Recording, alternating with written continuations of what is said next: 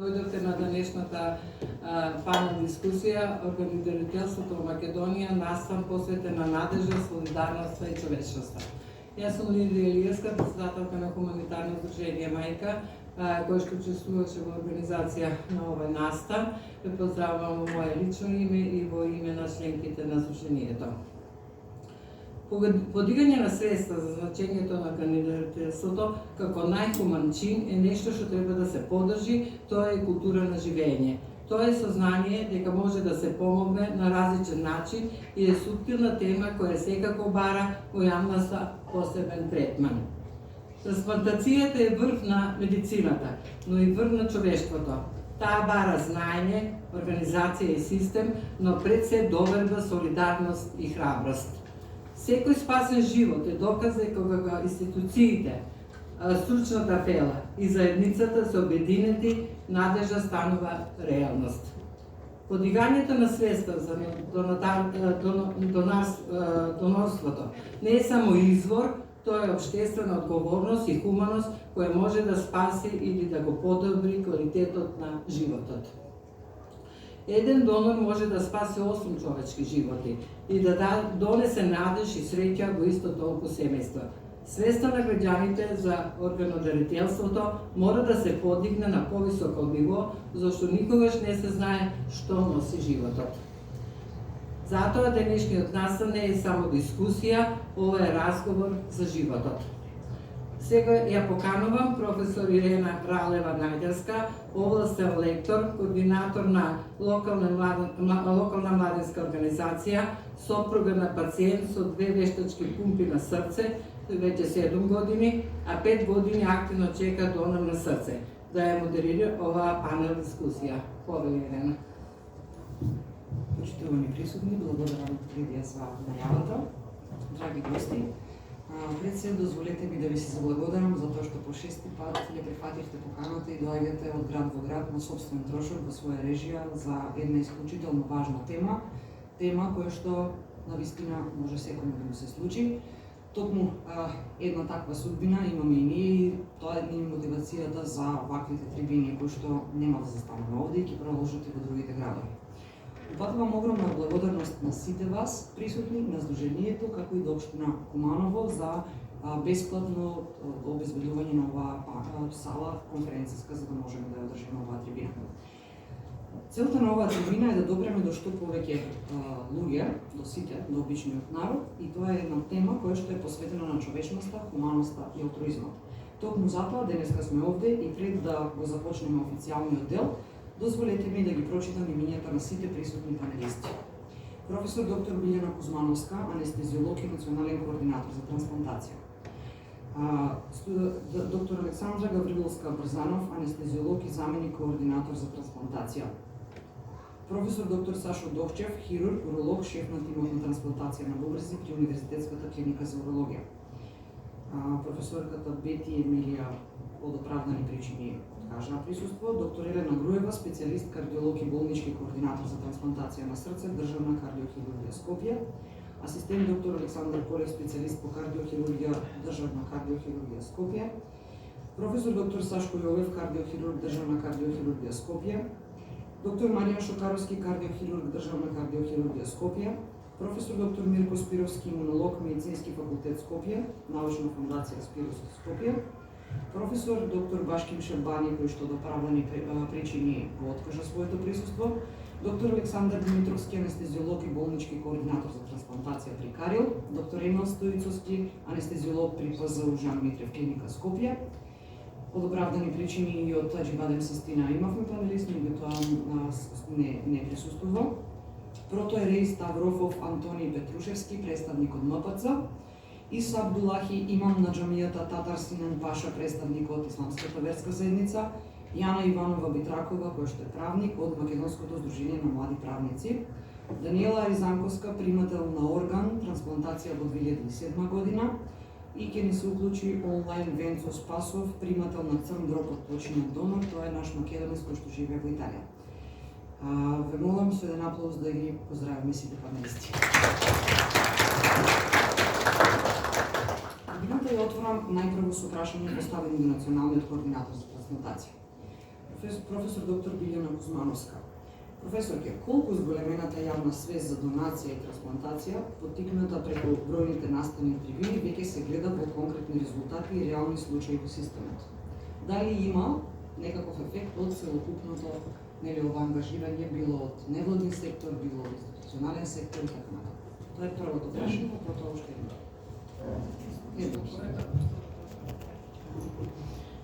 Благодарам, госпоѓа Ирена. Благодарам на сите присутни, на сите панелисти. Како најпрво да ви се благодарам вам за тоа што заедно го правиме веќе во неколку градови, ќе продолжиме да го правиме. Да, кажавте кампања која што водиме заедно со Министерството за здравство, партнерски. Се вклучуваме сега и со посебни активности. Во понеделник по Скопје поканувам сите во деканатот на Медицински факултет под покровителство на владата. Ќе се одржи трибина, централна трибина, во која што ќе говориме баш за органодонорството. Ќе ми биде драго ако сите присутни што сте тука дојдете кој е можност да го расширите зборот, секако ќе ми видео материјали од таа трибина. И сега да се навлетиме на прашањето на Ирина, затоа што се доста панелисти не би сакала да должам. Секако дека кога нешто, една тема е видлива во јавноста, продира до поголем аудиториум, до поголема популација и нас не е тоа целта. Ние не можеме да кажеме дека веднаш ќе ги имаме резултатите. Нели, знаете и самиот процесот на органдонорство зависи од пред се биолошките процеси, колку има пациенти кои што можат да се диагностицираат со мозочна смрт. Па и тие некако кои што се адекватни за органодарители доаѓаат на бранови, значи како што има бранови кога се мозочните удари, кога се јавуваат почесто со враќаен травматизам, кога популацијата е раздвижена. Меѓутоа, нашиот впечаток е, координаторите се со мене, кога разговараме во последните разговори со семејствата, дури тие што не дале согласност, веќе слушнале кога го започнуваме разговорот во ведните зборови, кога ги кажеме зошто, што сега следи, веќе знаат за што ќе разговараме, така да нашиот субјективен впечаток е дека да, овие трибини, овие напори вродуваат со плод, а долгорочните резултати верувам дека ќе се почувствуваат подоцна. На добро. Работиме и за еднината, не само за сегашноста. И уште едно подпрашање, која би била вашата порака до сите присутни на оваа трибина? Многумина од присутните веќе и се знаеме добро, соработуваме, работиме заедно. Мојата порака, како и секогаш, органдонорството е највисок чин на солидарност. Тоа е чин на човеколюбие и на добрина. Еден познат филозоф рекол, добрината е највисок облик на интелигенција. Така да, мислам дека со органодарителството, со такво покажување на емпатија, онаму каде што веќе не е можно да се продолжи животот и каде што веќе зависи од личната волја на семејството или на донорот, да се даруваат органи, мислам дека нема поголем чин од тоа. Да дадеш дел од себе со својата светлина, да ја осветлиш, да осветлиш некој туѓ живот. И само би сакала да кажам, последната трансплантација имавме скоро пред 2 недели неполни, да, и да се заблагодарам на тимот на кардиохирургија, затоа што има успешна трансплантација на срце. Сите заедно ви благодарам на сите како координатор, тука ни се хирурзи, болничкиот координатор, доктор Пегруева, интернист, анестезиолозите морам да ги спомнам, иако не се тука да си ги спочитуваме. Секако не можат сите да видат, меѓутоа ви благодарам на цел тим. Ви благодарам, професорке. Моето следно прашање е упатено до научен соработник доктор Александра Гавриловска-Брзанов, анестезиолог и заменик координатор за трансплантација. Не се заблагодарив за тоа што веќе Тие се ветерани. Тие се веќе ветераните сваѓа. Да, тоа е комплимент, професоре. Вие сте ветеран и вашата работа... Сакам да бидам помлад асистент, не проблем. Еве доктор Колев ќе каже за помлад асистент. Значи, јас се извинувам за тоа што ве прескокнав, за тоа што рачунам дека вие сте ветеран. Трансплантацијата на бубрези е најстара, најетаблирана трансплантација.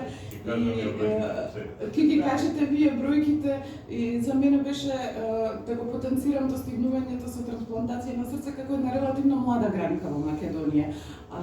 Вие сте веќе етаблирани. Да се вратам до научен соработник доктор Александра Гавриловска-Брзанов, моето прашање е следно. Може ли да ми објасните како точно изгледа процесот кога им објаснувате на семејството дека и во момент на огромна загуба, нивната одлука може да спаси повеќе човечки животи? Што е она што семејството треба да биде сигурно кога станува збор за дарувањето?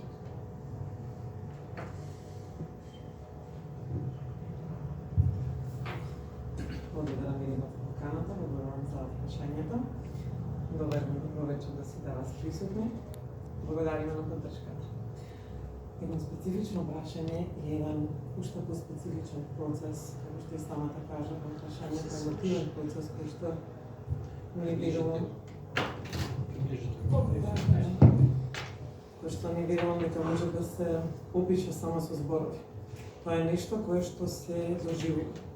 И тоа е толку многу емотивно што разговарате со фамилија, со семејство кое што се наоѓаат во момент кога губат нешто што има најдраго, нешто што најмногу го сакаат и нешто што представува за нив преголема тага, болка и загуба.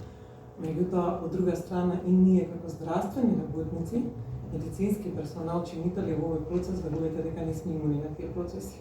Нема приказна, што апсолутно не допира и до нас. И при тоа што е многу специфично е дека ниту една ситуација или состојба не е наликува на претходната. Ниту може да се предвиди, ниту има некаков секретно однесување. Секоја трагедија носи длабока загуба, што е многу специфична сама по себе за сега фамилија и семејство. Во процесот на разговор со семејството, она што ние најнапред се обидуваме да им го објасним и да сватат, е дека нивниот близок е починат. Затоа што тој е диагностициран со мозочна смрт. По сите клинички и параклинички тестови докажани со рентгенско снимање на крвните садови на мозокот, каде што нагоре од вратот ние апсолутно немаме крвен проток. Тоа по сите медицински, биолошки, клинички и законски критериуми, значи дека пациентот е мртв. Меѓутоа, од друга страна, имате пациент кој што се наоѓа во многу специфични оделенија за интензивна нега, каде што постојат машини за вештачко дишење и тој граден кош на пациентот се движи. Диша машината за него.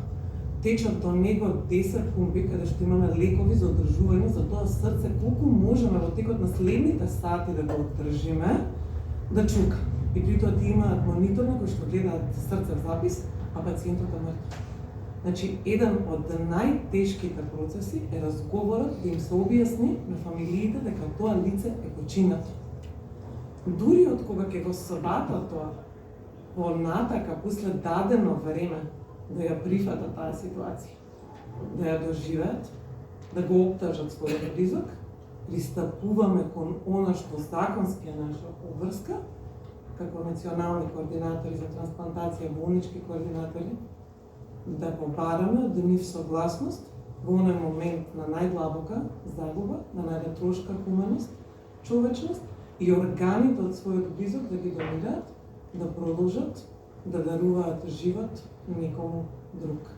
И при тоа што многу инсистираме со професорката, со сите наши колеги болнички координатори кои што учествуваат во процесите на разговор и што сакаме да сватат е дека без оглед на нивната одлука, таа не е под притисок. Таа е самоволно донесена одлука, без оглед дали е позитивна или негативна, тоа тело ќе биде третирано со апсолутна почит и достоинство.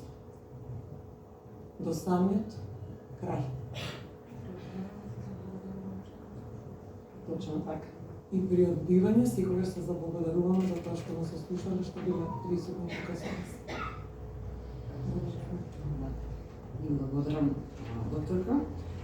споменавте согласност од семејството, па во овој контекст нарете да го отвориме и прашањето за правниот аспект кога е во прашање органодарителството од починен домар.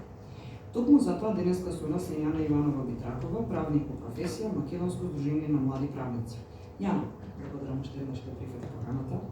Како гласи законот за трансплантација, актуелниот закон, и каков е вашиот став за предлог законот што е моментално во процедура дека секој може да се пријави кај матичниот лекар и да ја искаже својата волја? Ви благодарам едно и благодарам и од мене. Трогната сум од говорот на докторка Александра и стварно ја гледам таа обученост што сте имале со цел разговор со семејството на пациентите, уште во овој сетинг може да се примети. За почеток доаѓам од Македонско здружение на млади правници, што е невладина организација која што се залага за почитување и заштита на човекови права, особено сме насочени кон маргинализираните групи на луѓе. Сега ќе се осврнам на прашањето. Се наоѓаме во една интересна состојба во поглед на законодавството, бидејќи објаснувајќи го законот и објаснувајќи ги измените, ќе ги опфатиме тие двата модела што им стојат како опции кога државата, односно законодавната власт на една држава размислува како да го регулира ова прашање. Така што моменталниот закон гласи, односно членот кој што нас не интересира, дека делови од телото од умрено лице заради преседување може да се земат доколку умреното лице за време на живот изречно, писмено со изјава заверена на нотар не се спротивставило на тоа. Ова значи накратко претпоставена согласност. Претпоставена согласност значи дека секој еден е зашто не можам да зборувам, добро има врска, потенцијален донор во случај на смрт, освен ако изречно не се спротивставил во текот на животот. Меѓутоа, замката доаѓа во ставот 2, каде што го споменуваме семејството, односно исклучок од ставот 1 се прави кога семејството ќе се спротивстави на давањето на органи заради преседување во друго тело, заради лекување. Сега, измените постирани на ИНЕР во април месец оваа година, значи ова е се уште нов процес, допрва ќе седиме што се случува, оптира еден друг модел, односно вториот кој што стои како опција. Тоа е моделот на изречна согласност. Изречна согласност бара лицето, чии што органи ги гледаме како потенцијални за донирање и преседување во друго тело, треба да има дадено во текот на животот изречна согласност. Меѓутоа, ова само вака кажано, може да забележите дека многу го смалува кругот на потенцијални донори и среќа е што законската одредба не застанува тука. Односно, прво ќе се провери дали лицето има дадено изречна согласност и тоа кај својот матичен избран лекар, а доколку не се изјаснило, автономијата на волја доколку не ни е позната, дури тогаш одиме на консултација кај семејството. Односно го прашуваме дали сакате на вашиот близок органите да бидат донирани. Така што многу е важно што не го оставаме овој круг на луѓе што моменталното законско решение го опфаќа, туку само додаваме една друга група на луѓе кои што биле активни граѓани, активни во смисла активно дале изјава дека сакаат или не сакаат. Сега нас не интересира тоа што сакаат, значи се зголемува кругот на луѓе за овие што дали изречна согласност кај својот матичен лекар. Така што гледајќи ги вака законските измени, не се оптира чист модел на изречена согласност, туку е прифатен тој мек вид на изречна согласност, односно приматот го има автономијата на волја на лицето и понатаму се симнуваме во иерархијата до семејството. Што мислам искрено дека е многу добро решение.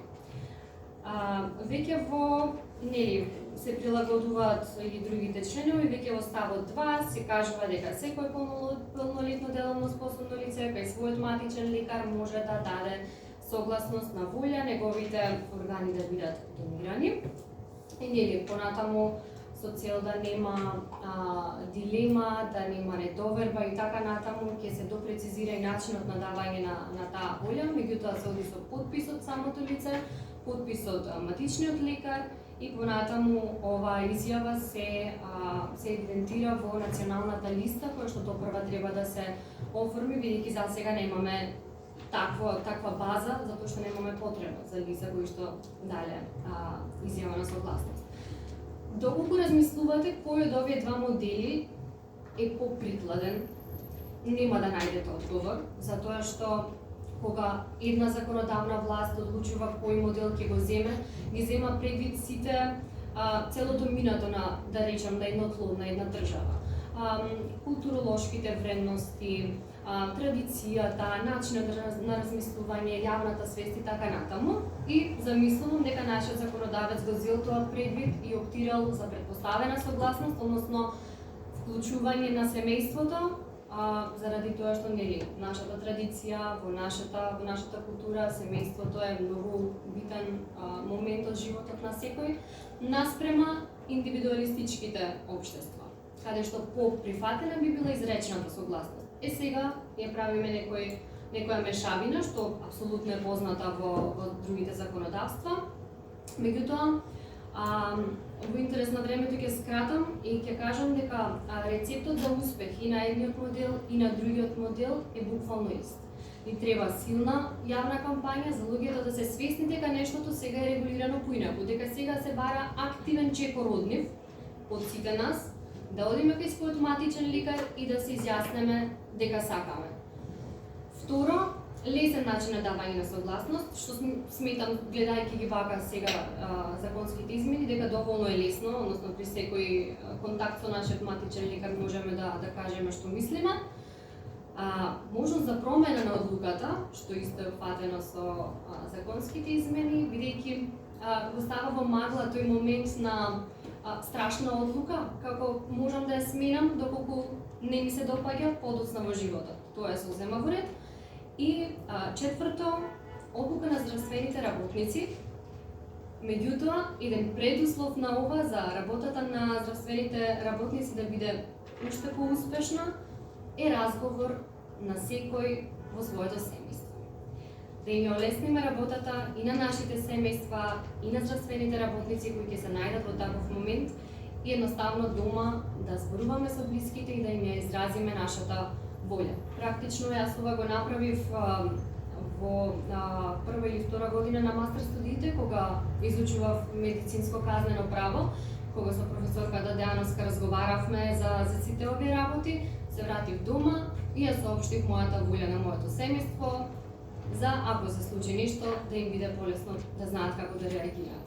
Така што оваа кампања, овие трибини би биле успешни доколку барем еден после ова оди дома и ја соопшти својата волја на своите блиски доколку веќе го нема тоа направено. Ви благодарам. Благодарам, Јана, уште еднаш. Моето следно прашање е упатено до доктор Александар Димитровски. Докторе, вие како координатор за трансплант, болнички координатор при Карио, дали би сакале да споделите напослу некое ваше искуство, што е најтешко во диагностиката, во промаѓањето донори, до утврдување на мозочна смрт и која би била пораката до присутните?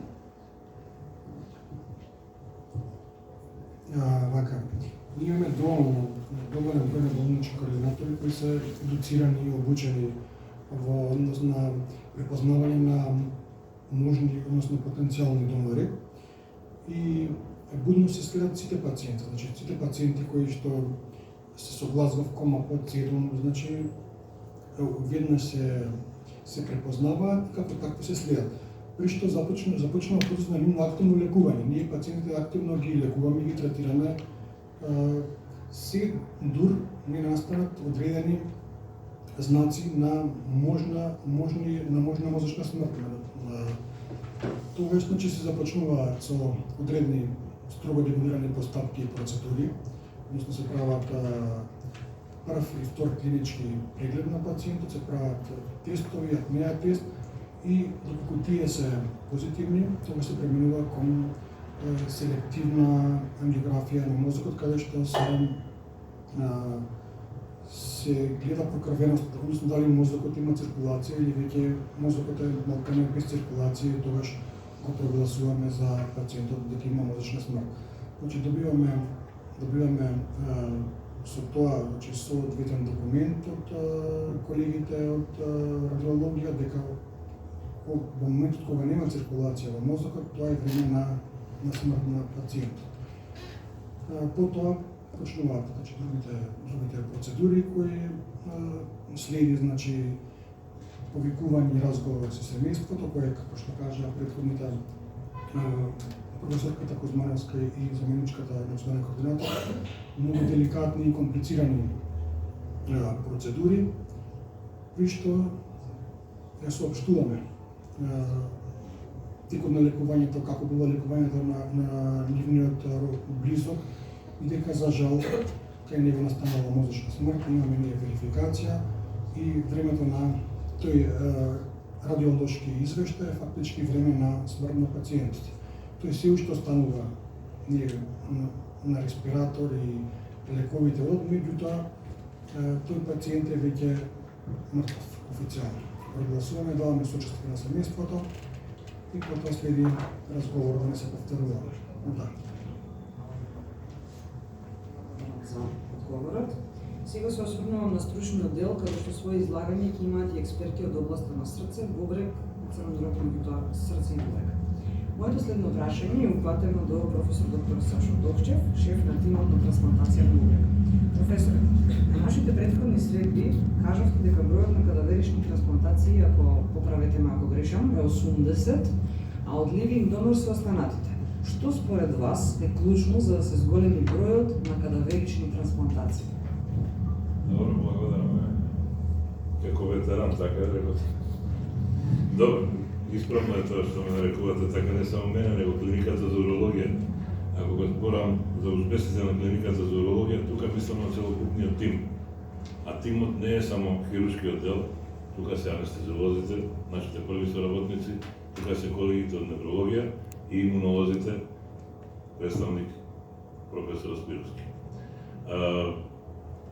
Имаме, да кажеме, на историски успешна приказна, која датира од 1977 година.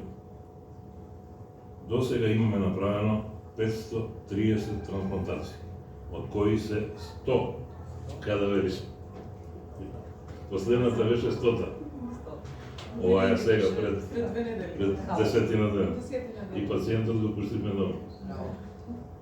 Така да, навистина имаме една успешна приказна, како што реков, 2000 најуспешни години ни се 2013, 2012, 2013 и 2014.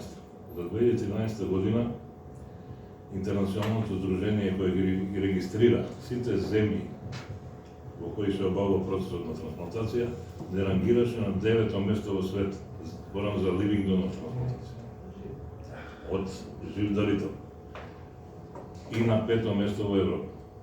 2014 година успеавме да ја возобновиме кадаверична трансплантација, бидејќи ние до 90-та година, у некогашната бивша Југославија, поранешна Југославија, направивме 22, направи колегите постари од мене, иако ја бев тогаш многу млад и учествував во трансплантацијата како втор асистент. 22 трансплантации. Значи имаме традиција, тоа сакам да ви го кажам. Имаме традиција, имаме знаење, имаме успех во работењето.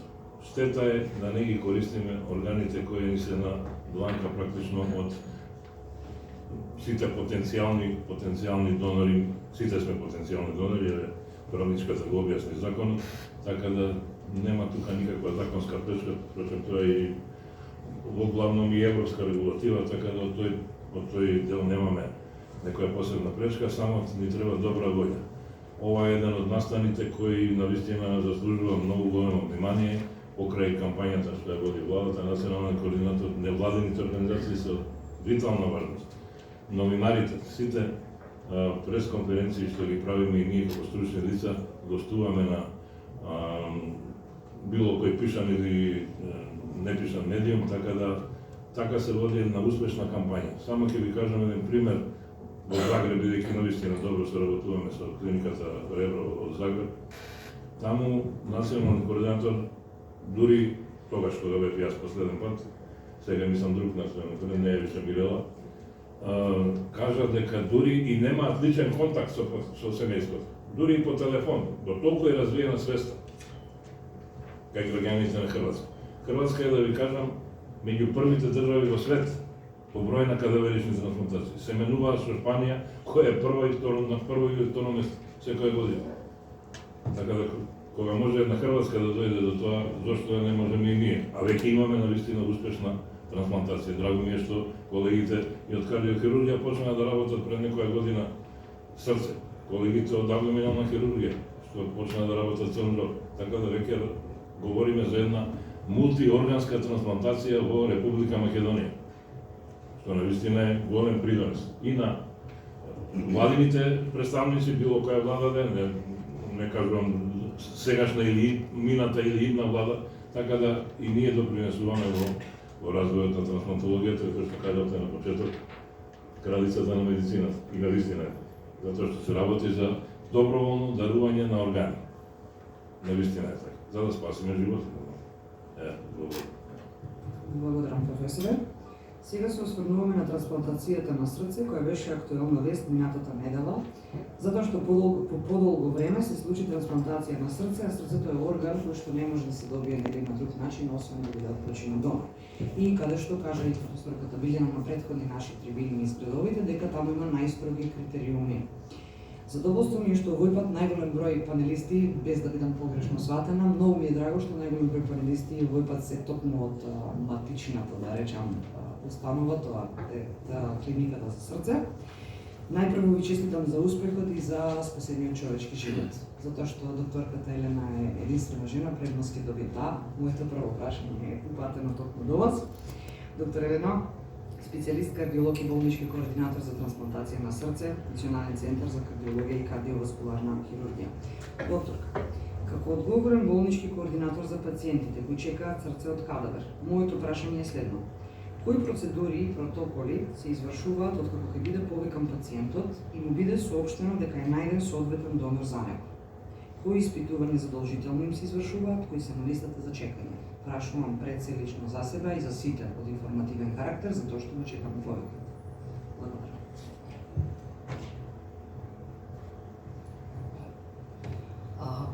Благодарам на сите, се надевам во името на целиот тим на нашата институција. Секако да, денеска сме кардиолози, кардиохирурзи, тука беа анестезиолозите, значи средниот медицински персонал, верувајте целата посветеност. Ние бевме пресреќни што корешно после известно време дојдовме до нова трансплантација, која што како што сте знаете, успешно беше извршена, значи безпрекорно помина самата хируршка интервенција.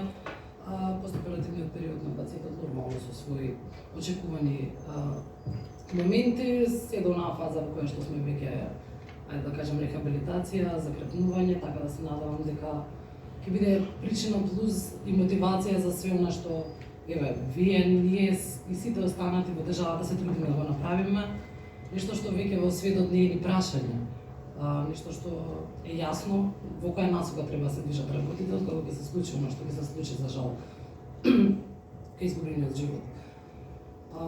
Се изгуби во прашањето, меѓутоа да, за пациентите што испитувања треба. Секако дека пациентите кои што се на нашата национална листа за трансплантација на срце, пред да бидат поставени на листата, подлежат на одредени исследувања. Тоа се значи одредени лабораториски, одредени имунолошки анализи, инфектолошки, онколошки, детален скрининг, значи од исследувања, диагностика, од екокардиографија, компјутерски снимања на целото тело, психијатриска евалуација, значи социјалниот аспект исто така. Така да јасни протоколи постојат сега во светот, па и кај нас истите се превземени. Секоја држава има свој, како да кажам, адаптирани протоколи, исто и на нашата клиника. Тие редовно се следат и сите пациенти во соодветен тајминг, како да кажаме, најважно да бидат поставени за да имаат можност да чекаат трансплантација на срце. Она што е одговорност понатака, откако истите ќе бидат поставени, се до момент кога би ја дочекали истата, е на еден начин индивидуална работа, одговорност на кардиологот кој што го води тој пациент. Националната листа не е само на државната кардиохирургија или националниот центар по-ново за кардиоваскуларни заболувања, туку е на целата држава. Така да, оно што ние паралелно со воидовно органодарителство и овие состаноци, кампањи и све останало се водат, и ние паралелно водиме друг дел, каде што нашата листа за срце е една од најдефицитарните можеби, кога збориме внатрешно гледано. И се трудиме сите кардиолози во државата да бидат што повеќе свесни и навремено да ги патуваат овие пациенти.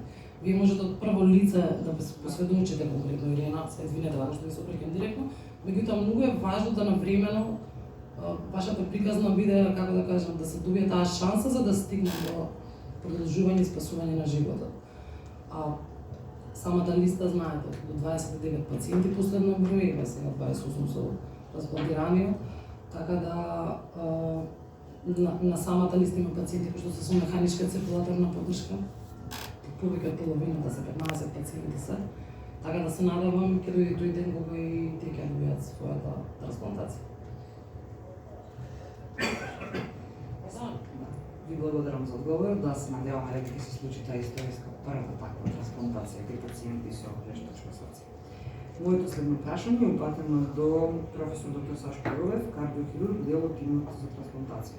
Професоре, кога велиме дека некој добил ново срце, што практично значи тоа и колку една трансплантација може да го промени животот на пациентот кој претходно немал надеж за затркнување? Какво е вашето мислење за тие пациенти? Добро вечер, и благодарам за поканата повторно. Еве по четврт пат или пет пат ќе кажам дека оваа иницијатива е навистина нешто изморедно и гледаме дека полека раѓа плод. Што се однесува до прашањето, би кажал дека кога ќе помине целата она голгота во смисла на припрема за операција, чекање на срце, самата операција, особено постоперативниот тек и раното опоравување, доаѓа до моментот кога пациентот се чувствува како нов. И кога би го запрашале, тој навистина ќе ви каже да се чувствувам како нов, како да сум во ново тело, нели? Повеќето од пациентите би го рекле тоа, ќе видите по нивниот лик, ќе видите по нивната насмевка, нели? Тоа е еден нов живот, меѓутоа сепак тоа ново е медицински контролирано ново. Тоа ново, нели, не е сосем ново, во кој смисол? Во смисол што 90% од пациентите и повеќе се враќаат на нормалните своји животни активности. Но, сепак мора да бидат медицински контролирани, затоа што знаеме дека се можни одредени компликации, нели, во смисол на, да речем, инфекција во прв ред, отфрлање покасно во втор ред и евентуална малигност далеко понатаму, но знаеме колку е преживувањето денес, дека медијаната е некаде 50% околу 14 на 15 години, 13 до 15, кај помлади под 40 години е многу поблагодарно, не многу, али 5 до 10%, што многу значи, нели, и повеќе, што значи дека ова е еден навистина измореден начин да се продолжи нечи живот кој што практички згаснувал, не постоел и пациентот го нели чувствувал тоа. Да се вратам на прашањето, пациентите навистина се чувствуваат како да се препородени по тоа што сме разговарале со нив, нели во она мало искуство што ние го имаме. Повеќе од 90% се враќаат на нормалните секојдневни активности. Половина од нив се враќаат, кај нас малку е поинаку, меѓутоа на своите нормални работни места, и тоа особено помладите. Зборувам за оние по 40 години, а некои, не некои, него туку останатите кои што добро се чувствуваат, имаат добри и нормални секојдневни активности и не сакаат некои од нив да се вратат, нели, на своите работни места. Првите 3 месеца, ако ги прашате пациентите, тие веќе немаат диспнеа, немаат задишување, тие нормално спијат, почнуваат да имаат нормален сон, а после 3 месеци, малку така посовестните, почнуваат да се бават и со спорт, некои пливаат, некои го заточак и така натаму.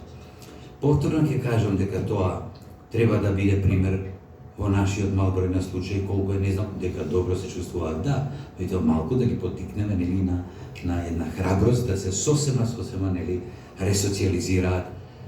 Еве, например, имаме едно момче кој е толку ресоциализирано што мислам дека дури и самиот не е свесен колку е ресоциализиран, најмладиот пациент, не разбирате. Кога го викнавме на 2 пати, рече дека не можам зашто имам работа. Така да, тоа е тоа. Мислам дека отприлика одговорив на вашето прашање. Ви благодарам, професоре. Моето следно прашање е упатено до доктор Маријан Шукаровски, кардиохирург, дел од тимот за трансплантација на срце. Доктор, како технички се изведува експлантација на двете машини биват, уредот за време на самата трансплантација? Дали таа процедура значително се разликува од обична трансплантација на срце, каде што претходно не бил вграден ваков уред? Само појаснам, на овој слайд изгледа една првата фотографија е пациент кој што носи две механички помпи, тој сопруг, каде што ние сега не правиме преврски, стерилни, обучени сме за тоа, се движи со батерии со струја, навече спие на штекер, преподерема батерии, она му се двете торбички и ова се отворените ранија посебно пред преврската. Морам да напоменам дека ние сме благодарни затоа што ако не беа овие машини, јас немаше да седам овде и да се беше заборавен. Меѓутоа, тоа е само мост до трансплантација во нашиот случај и нема да застанеме овде. Ниту за него, ниту пак за сите други млади пациенти кои што чекаат, а во Македонија има доста такви млади пациенти кои што се под 30 и под 40 години. Конкретно тоа има 30. Илена, благодарам на поканата. Поздравам присутните, поздравам иницијативата, навистина мислам дека е ефективна и веќе продува со плод, меѓутоа треба повеќе да се збори, повеќе да се биде присутен и во медиуми, и во јавност и све. Ова е макотрпен процес, сите прошли низ овој процес. Мислам, исполна професор од Хрватска има една предност пред нас, што се во една голема институција како Евротрансплант, која што има поставено прилично здрави основи, повеќе држави се таму здружени, функционираат, да кажеме, тој систем функционира дури и за срце, за бугрези, значи секој дневно се случуваат понуди, секој дневно се спасуваат животи и така натаму. Ние се стремиме и сме во преговори да почнеме да пристапиме према тој систем. Дај Боже, можда за некоја година, ако ги пројдеме сите чекори, ќе бидеме и ние среќни да имаме почести трансплантации, помалку средби, повеќе работа, да кажем. Што се однесува на твоето прашање, да, пациентите со механички циркулаторен сапорт се прилично специфични кога се работи за трансплантација. Значи, како што знаеме, поготово кај бивалите, прилично е променета физиологијата на организмот. Значи, од една пулсатилност, која што се карактеризира кардиоваскуларниот систем, ние преоѓаме на непулсатилен проток. Самите органи, крвни салови, на капиларно ниво, значи се менува физиологијата на организмот. Да не зборувам дека се работи за една тешка операција. Ние во кардиохирургијата секогаш викаме дека реоперацијата представува 3 пати потешка операција од straightforward операција. Така да, прилично е специфичен процесот на трансплантација на пациенти со механички циркулаторен сапорт. Припремата е важна, операцијата е важна, значи секоја се оди да кажеме со периферна канулација, се студиозно се влегува, прво се прават предоперативни испитувања, доколку е можно, мислам, најбрзо што може компјутеризирана томографија да видиме каде треба да влеземе, како треба да влеземе, како треба да пристапиме. И нормално, после тоа, заради таа променета физиологија, тие пациенти им треба посебна грижа, посебна нега, посебно внимание, посебни лекови, да кажам, многу често тој постоперативен тек кај нив оди малку поуспорено, со, да кажеме, можда и поголем број на компликации, меѓутоа, тоа ние сме прифатиле, не само ние и сегде во светот, тој тип на лечење е прифатен како еден од основните за да може да се стигне до процесот на трансплантација. Така да, ако збориме искрено за хируршкиот дел, можда и најтежок е кај тие пациенти е хируршкиот дел, да се направи операцијата како што треба, да се извади пациентот со минимално крварење, минимален број на компликации.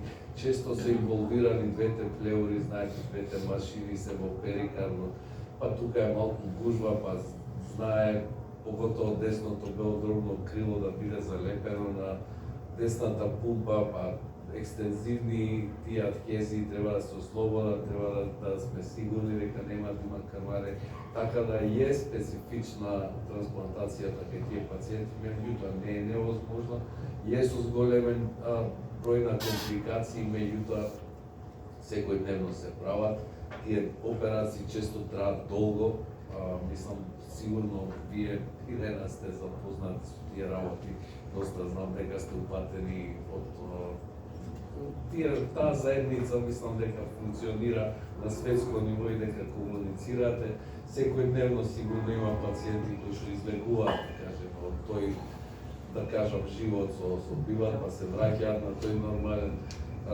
Тоа е процес кој што нормално е и за хирурзите, кардиолозите, анестезиолозите, целиот медицински персонал, меѓутоа и семејството, средината, значи се важни за тој процес да пројде како што треба. Мислам дека тоа е. Благодарам, докторе, за одговорот. Да, точно е, има едно пред еден месец, 10 годишна девојче, црнкиња, од Америка со биват, носела 7-8 месеци и сега доби срце и мајка ми ги донираше на хорите кои што кога ќе стигнат ќе ги поделам на двете установи како и секогаш. Беше преблагодарна мајката за спасение од живот. Моето следно прашање е упатено до асистент доктор Александра Колев, специјалист по кардиохирургија, дел од тимот за трансплантација. Доктор, каква улога има механичката срцева потпора кај пациентите што чекаат трансплантација на срце и колку овие уреди практично им купуваат време додека се чека соодветен донор? И која би била вашата порака што сакате да ја пренесете пред присутните? Благодарам на поканата и на вашето прашање, Ирена. Прво, што значи, што представува механичката циркулаторна поддршка за пациентите кои што чекаат трансплантација на срце? Најконкретно и најдиректно, како што и вие кажавте во вашиот случај, прво значи спас на нивниот живот. Пациентите кои што добиваат механичка циркулаторна поддршка се пациенти кои што најчесто се истовремено индицирани поради една терминална крајна срцева слабост, се индицирани и можат да бидат пациенти кои што доколку е достапно срце би добиле трансплантирано срце. Меѓутоа нивната состојба веќе е напредната и критична и чекањето на потенцијален донор е дополнителен ризик по нивниот живот, односно нема простор понатаму да се чека. Секако најпрвен да констатираме дека медикаментозната терапија кај овие луѓе веќе нема ефект, значи на прво место најдиректно механичката циркулаторна поддршка значи спас за нивниот живот. И овие механички пумпи иницијално се воведени во медицината и се измислени, нели, токму заради таа намена да бидат, и тоа е нивната најчеста индикација и употреба во денешницата, да бидат така наречен bridge to transplant, односно мост до трансплантација до моментот кога на овие пациенти ќе им биде достапно донорско срце. Други индикации се, нели, многу ретко bridge to recovery, destination, односно дефинитивна терапија кај пациенти кај кои што пак од различни причини трансплантацијата на срце не е опција, односно се дали ради возраст, ради малигнитет, ради други пропратни болести. И тоа е овозможено со напредокот на технологијата која што овозможува вградувањето на овие пумпи да овозможи подолг период на нивно користење. Но од друга страна, покрај тоа што со механичката циркулаторна поддршка се спасува животот, тоа сепак продолжува да биде еден предизвик и за пациентите кај кои што е имплантирана механичка циркулаторна поддршка, па и за нивната фамилија. Некои од причините зашто е тоа така ги каже и колегата доктор Шокаровски, значи имплантираната пумпа го менува целокупната физиологија на циркулаторниот систем кај пациентите. Моменталните технолошки модалитети на овие пумпи бараат покрај тоа што ради самата вградена пумпа пациентите мора да бидат на орална антикоагулантна терапија, односно терапија која што ја разредува крвта и која што сама по себе долгорочно како терапија, доживотна практична терапија носи сама по себе последици или опасности или ризици, доколку се предозира или доколку се субдозира пациентот. Овие линии кои што ги гледате на сликата и пациентите кои што практично излегуваат директно од нивното тело и навлегуваат до празнината во која што се наоѓа срцето, се исто така предизвик кои што треба редовно да се преврзуваат и да се одржуваат чисти и се потенцијална опасност и извор на инфекција која што може, доколку се прошири натре во организмот, да биде сериозна опасност за пациентите по нивниот живот, така што сето ова не значи решен проблем, сакам да кажам. Значи, проблемот, посебно кај помладите пациенти, кај кои што иницијално имплантирана механичката циркулаторна пумпа е привремено решен. Проблемот е привремено решен и постои и останува потребата за да се премости овој период до трансплантација, односно до обезбедување на соодветен донор. Тоа што како заклучок можам да го кажам за вашето прашање е дека механичката циркулаторна поддршка значи спас на живот, меѓутоа значи мост до добивање на донорско срце. Ако може да кажам, значи една дополнително како порака од целата оваа иницијатива, добро е да се потенцира дека македонскиот здравствен систем е навистина оспособен и високо стручен за да ги работи трансплантациите на органи. Зборувајќи за мојата проблематика, нели, трансплантација на срце, она што професор Докчев го зборуваше, за мене лично е навистина многу инспиративно. Тоа дека Универзитетската клиника за урологија е 7-ма во светот и 5-та во Европа по бројот на направени трансплантации на бубрек од жив донор, навистина инспирира и зборува за високата подготвеност и нивото на нашето здравство. Замислете, во што друго Македонија 5-та во Европа или 7-ма во светот, освен во негативни работи. Јас се сеќавам едино во Раконет, мислам дека бевме 7-ми во светот една година. Друго вакво достигнување на вистина позитивно не знам. Но ако земете да ја видите конкретно, особено за трансплантации на срце, светската листа на држави и бројката на изведени трансплантации на срце, ќе видите дека има една дискрепанца, дека не секогаш бројот на извршени трансплантации на срце, еве конкретно зборувам за тоа, зависи од нивото на развој на здравствениот систем во таа држава. Има држави каде што менталитетот, едноставно ставот на луѓето, религиозни причини, не знам што се, прават покрај особено развиениот здравствен систем, сепак нивото на трансплантации да е ниско. Што значи дека за да го подобриме ние, односно да му помогнеме на нашиот здравствен систем да може да извршува поголем број на трансплантации, да можеме да помагаме на поголем број на луѓе на кои што им е потребна нашата помош, треба да поработиме тоа што го работиме овде, малце на подигнување на јавната свест. Некогаш тие промени се случуваат институционално, ги предводат институциите, меѓутоа многу посилно и помоќно е кога тие промени ги предводат луѓето, граѓаните, еве преку едни овакви невладини иницијативи се врши притисок врз институциите за да ги имплементираат сите можни законски промени, па и да помогнат во самото подигнување на јавната свест. Благодарам. Благодарам, доктор, уште еднаш за одговорот. Да, секој чест за целокупниот ангажман како на владиниот, така на невладиниот сектор, меѓутоа мислам дека, да не бидам погрешно сватена, но ќе си земам за право да искоментирам. Многу пати ги контактирам пациенти и разни здруженија, представници, меѓутоа не сакаат да соработуваат. И одговорно го тврдам, не може да ми се јават ден пред настанот дали ми треба помош. Значи, а на секоја трибина велам, луѓе, сите сме во истиот проблем. Дојдете, заедно ќе работиме. Ама ден пред настан тоа не е помош. Тоа е само да дојдам, да сум присутен, да се сликам дека нешто правам. Така не. И не дека немаме друга работа во животот, меѓутоа ова е најголемата работа што треба да ја направиме. Паталци, што навистина гледаат на долг рок за целото општество, не само за срце, туку и за се можно што може да се трансплантира. Нема тука подадба на леви, десни, какви да се. Значи сите сме од крв и од месо, болеста не поштедува ниту по вера, ниту по боја, не знам, ниту по пределба каква и да е. Секому може да му се случи. Еве ние сме живи за доказ за тоа дека возраста не е причина дека нема да се случи нешто страшно. Напротив, кај нас се случи последица на вирус.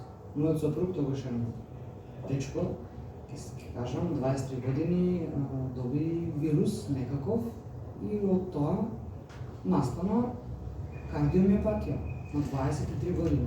Што тоа беше последното нешто што мислевме дека ќе се случи. Никогаш не били никогаш. Тоа е поентата. Не е за заплашување, меѓутоа мислам дека треба да сме сите доволно свесни и совесни да се ставиме во кожата на тие што чекаат. Денес сум јас, утре може да чека некој друг. И тоа на долг рок мислам дека ова што го правиме сите заеднички може би не веднаш ќе донесе бенефит на идните генерации. Па и по цена да не успееме, нема да заставиме со овие тренинги. Моето следно прашање е упатено до доктор Емил Стоицовски, анестезиолог при приватната здравствена установа Жан Митрев клиник. И благодарам уште еднаш докторе за тоа што по ова е 6-та трибина, на секоја трибина сте присутни на каде да ве повикам. Значи јас ги испреќам барањата на секаде официјално, без разлика дали е тоа јавен, приватен сектор, затоа што на крајот сите сме чинители во ова општество и сите имаме заедничката одговорност. Докторе, од вашето досегашно искуство, дали ќе може да ни кажете каква е улогата на анестезиологот во процесот на трансплантација и со какви предизвици најчесто се соочувате? И моето второ прашање, што би сакале секој граѓанин да знае доколку некогаш се најде во ситуација да треба да донесе одлука за донирање? Најпрво, Ирена, ти благодарам за поканата.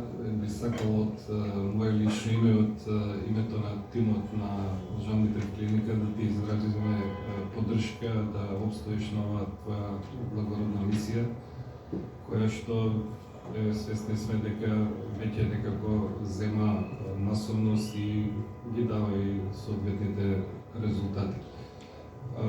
Анестезиологот секако е нели еден од сите тие доктори кои што се битни во тимот, меѓутоа самата позиција на менаџирање со најтешките болни во интензивна нега му дава и позиција на да го направи првиот контакт и да го препознае потенцијалниот донор. Секогаш тие пациенти најтешките се наоѓаат на интензивна нега каде што ние секојдневно работиме. До сега неколку пати сме имале комуникации со националниот тим, координативен тим за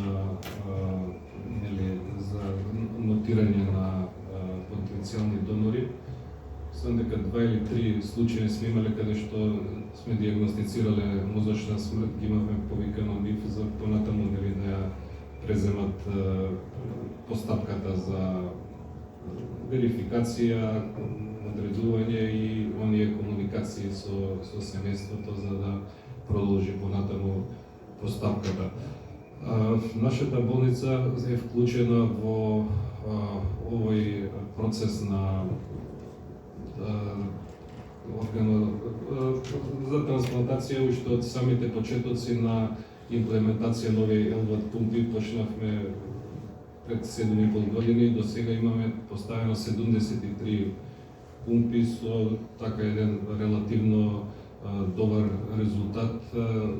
Имаме околу 75% преживеани за овие 7,5 години со 73 на 5 годишно ниво, што е еден така задоволителен резултат. Да речеме, тие луѓе добиле шанса да го дочекаат денот кога би можело да дојдат до посакуваниот орган.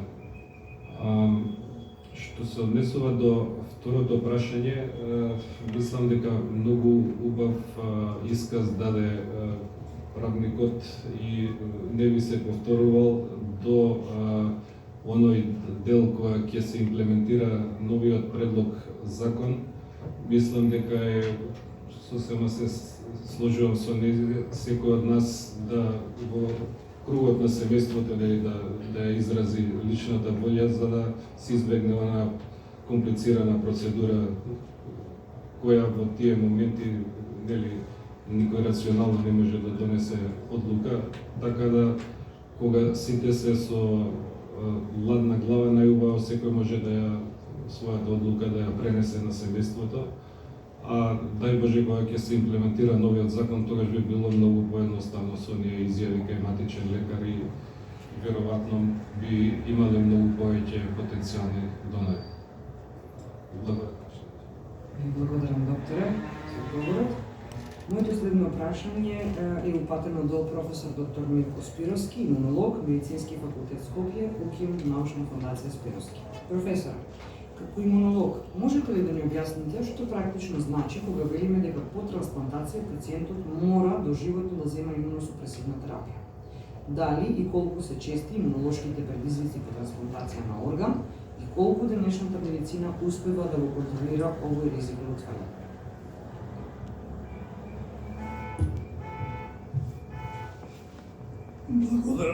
Благодарам за поканата и ми е драго што веќе јас полека влегувам во подолго трајното присуство и ќе ми биде драго доколку можам да издржам и понатам и додека можам ќе учествувам ако на известен начин може да се придонесе. Со она што јас сакам да го кажам и го повторувам, а тоа е дека имунолошкиот систем е одбранбен систем и тој заправо започнува да се создава со спојувањето на јајната клетка и на сперматозоидот, значи уште од самиот старт. И се што генетскиот материјал од овие два дела на создавањето на организмот носат со себе во еволутивен смисол од постоењето на човекот и пред тоа до денес е пренесено во тој дел и тоа ние го викаме вроден имунитет или вродена отпорност, меѓутоа со раѓањето човекот доаѓа во допири со други организми, молекули во кои што не бил пред тоа во еволутивен или овој генетски смисол и ние тоа го викаме стекнат имунодбор. Како и да е, постојат комплексни имунолошки механизми кои што тоа го остваруваат. Накусо има систем на само препознавање. Така се вика тој, има тука многу механизми, не е тоа значајно, меѓутоа е најзначајно дека нашиот организам има имунолошки механизми на само препознавање. Што тоа значи? Дека секоја клетка што е различна од мојот организам, секоја молекула што е различна од мојот организам, практично е препознаена и нашиот организам реагира и се брани. За информација, над 1000 вируси на овој начин човекот од раѓањето до смртта се брани без никакво заболување, колку да сватиме колку тоа значено.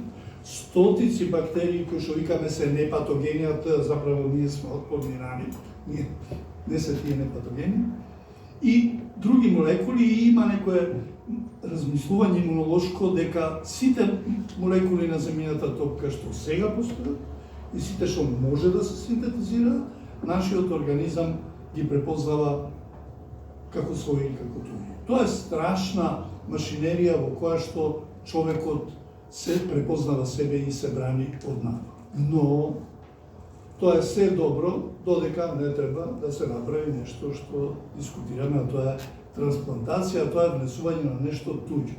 И во тој дел почнуваат проблемите.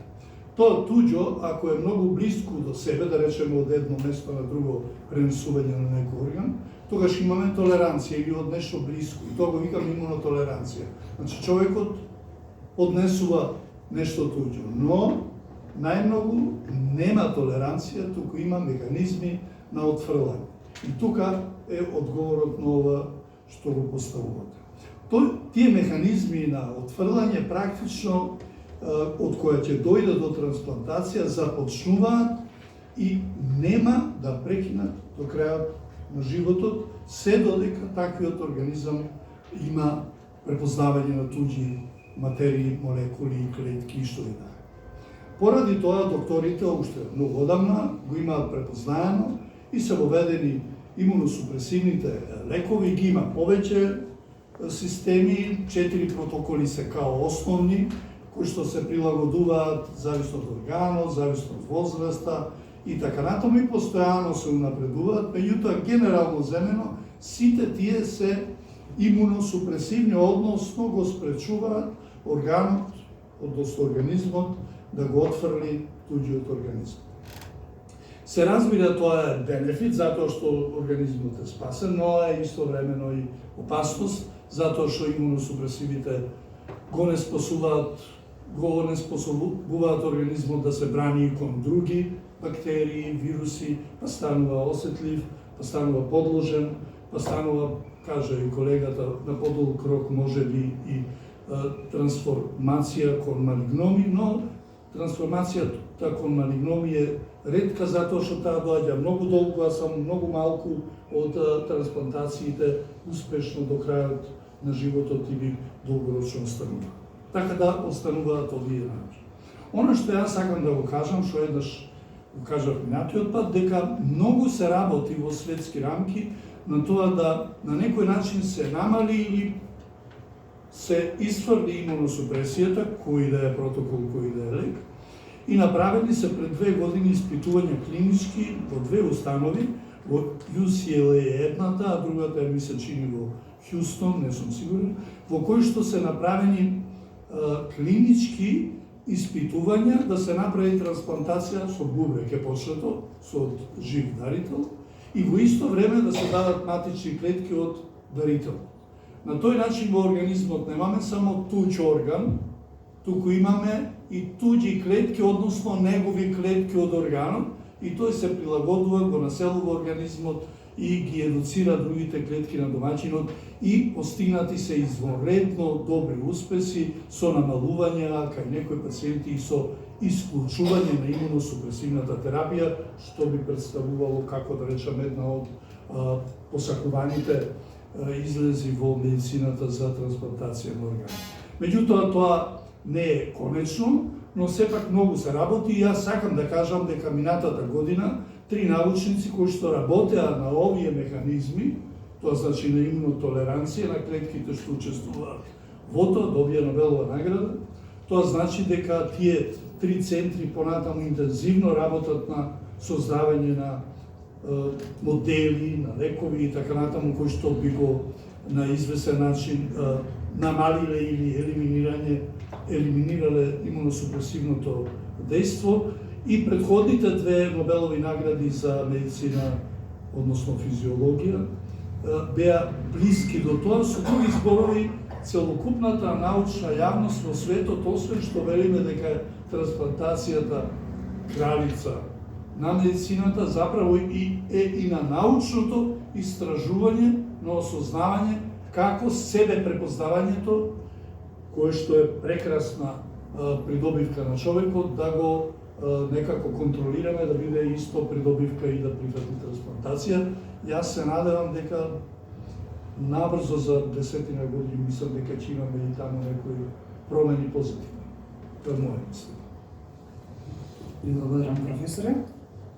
Полека се приближуваме кон крајот на ова панел дискусија, а сега е наред да се осврнеме и на верскиот аспект, кога е во прашање дарувањето органи од починат донор и гледиштето на верските заедници, како и на пациентите кои се живи благодарение на трансплантацијата. Сметам дека тие сведоштва се исто многу важни, исклучително важни. Вечера во просторијата имаме 3 ветерани кои што, дај Боже, да доживеат до 100 години, се трансплантирани повеќе од 10 години. И ви благодарам премногу за поддршката што ми дадовте во опит. Моето прашање е упатено до протоереј Ставрофор Антони Петрушевски, представник од Македонската православна црква. Оче, каков е ставот на православната црква по однос на посмртното донорство? Ви благодарам уште еднаш за присуството. Благодарам право за поканата, што давате прилика овој ценет аудиториум да ги слушне ставовите мислењата од црквата, од христијанството. Во однос на вашето прашање, во православната теологија трансплантацијата се разбира како научно достигнување кој го продолжува човечкиот живот, но со напомена дека трансплантацијата е благословена само кога е израз на љубов кон ближниот и само пожртвуваност, односно кога ја почитува интегралноста и идентитетот на личноста. Во основа христијанството има афирмативен став кон трансплантацијата, но сепак со некои предупредувања и препораки. Значи, доброволното дарување на некое телесно ткиво или орган е одлука и дејство достојно за почит.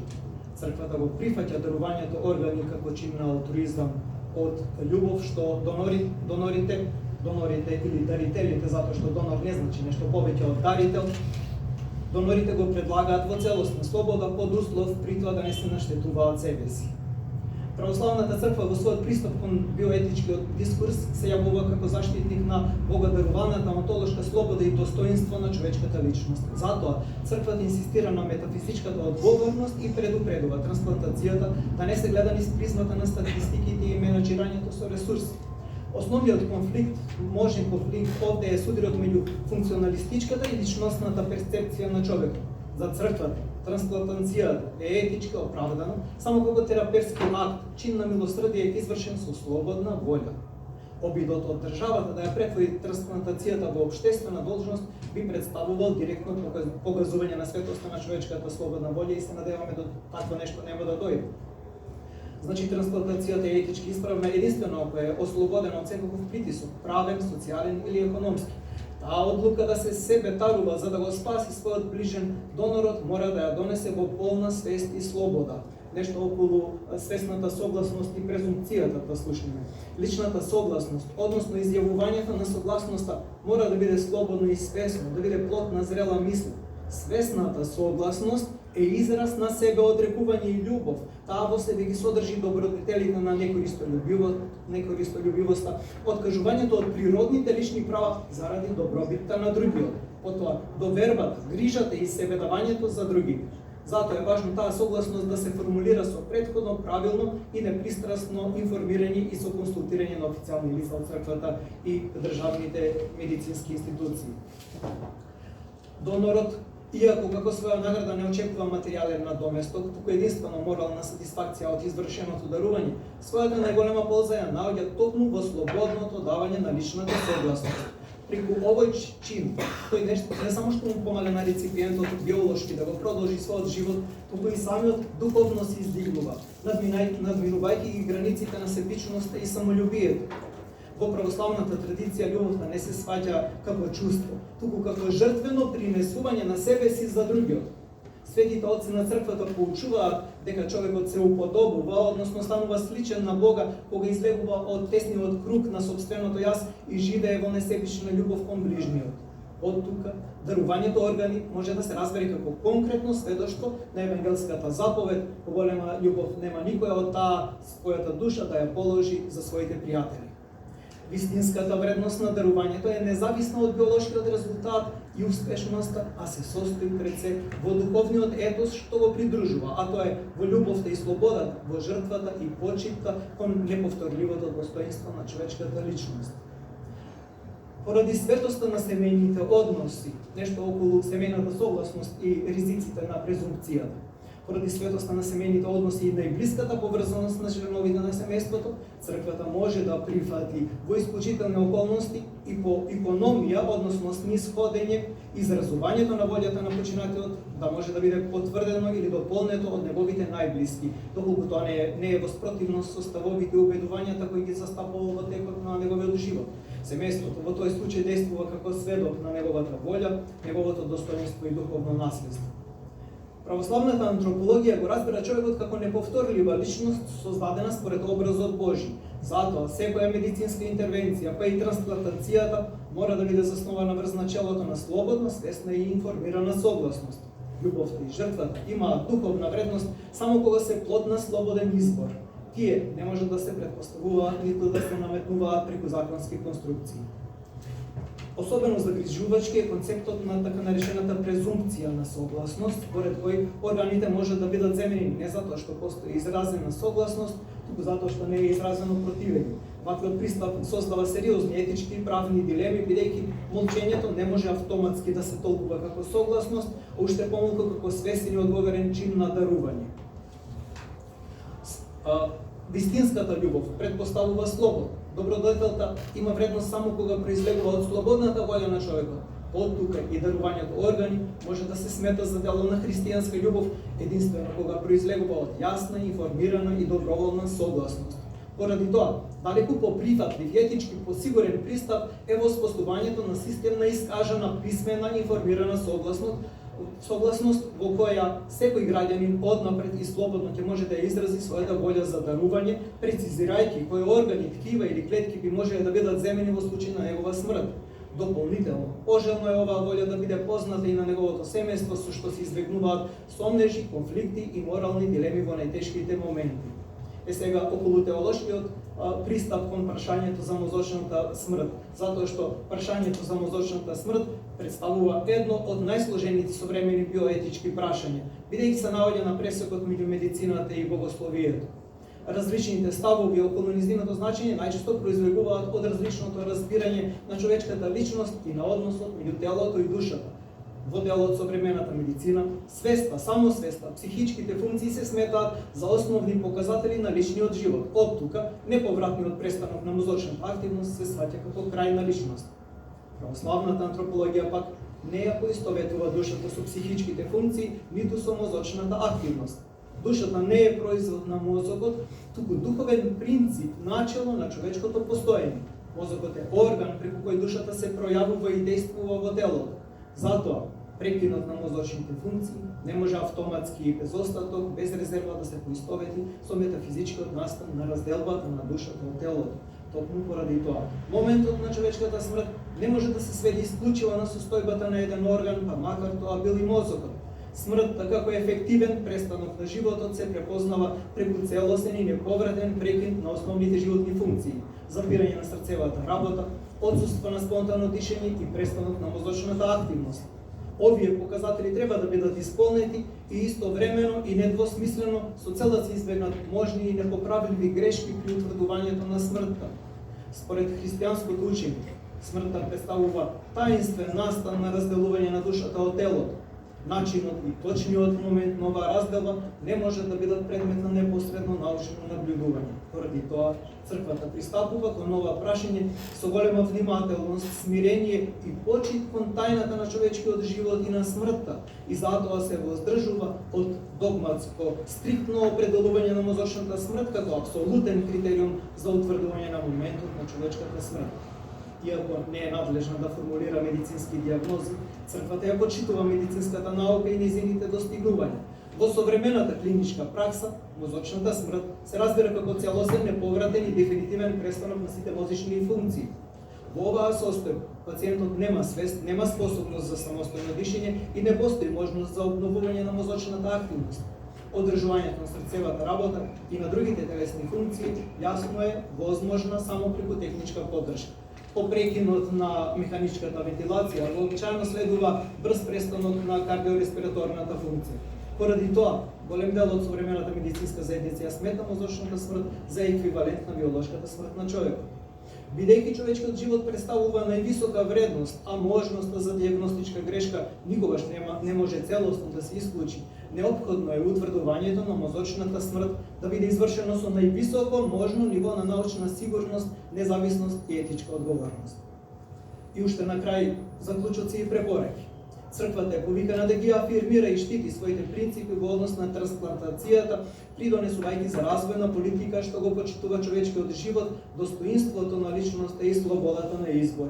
Но нејзината улога не е само да поставува морални граници, туку и да гради духовна култура на љубов, солидарност и доброволно дарување. Во тој контекст, дарувањето органи не треба да биде резултат на општествен притисок или законска принуда, туку плод на слободна и свесна одлука, родена од љубов кон ближниот. Само таквиот пристап ја зачувува автентичноста на дарот и ја почитува неповторливоста на човечката личност. Црквата го благословува секој човек кој, воден од алтруизам и христијанска љубов, одлучува да стане донор и преку своето дарување да придонесе за спасување или подобрување на животот на други луѓе. Истовремено, таа покажува разбирање и почит кон оние кои од лични причини не можат да ја прифатат таквата одлука. Човечкото тело представува дар од Бога и заслужува почит и за време на животот и по смртта. Затоа секоја трансплантацијска постапка мора да се спроведува со највисоки етички стандарди, со цел согласност на донаторот или неговите блиски со целосна согласност на донаторот или на неговите блиски и со апсолутна заштита на човечкото достоинство. На крај, црквата сведочи дека дарувањето органи може да биде возвишен израз на саможртвена љубов и милосредие, кога е извршено слободно, одговорно и со почит на светоста на човечкиот живот. Ви благодарам за вниманието. Може би многу мира нема да се согласам секој со се овде што беше кажано, но сепак нека биде тоа и повод за дискусија. Благодариме. Следното прашање е упатено до господин Иса Абулахи, имам на џамијата Татар Симон Паша, представник од Исламската верска заедница. Меѓутоа, очи извинете, со должна почит во 2020 година, лично јас бев кај господин Стефан и го добив видеото со официјален став од МПЦ, кој бара да биде целосно објавено и ви го пратив на мејл кога го пуштив барањето во епархијата. Со благослов од него, сетив се тоа, пошто го кажавте вие, само пократко го има ставено во видео. Така што тоа е ставот, да речем, на црквата од МПЦ. Господин Иса, сега е време да го поставиме истото прашање, каков е ставот на Исламската верска заедница по однос на посмртното донорство. Фала многу, почитувани организатори на овој панел, почитувани професори, доктори и верски представници. Вашето присуство представува сведоштво за нашата заедничка посветеност кон заштитата на човечкиот живот и промовирањето на хуманоста. Ми представува особена чест што денес имам можност да обратам во име на Исламска верска заедница на муфтиството на Куманово на ова научна трибина посветена на темата за донирањето органи.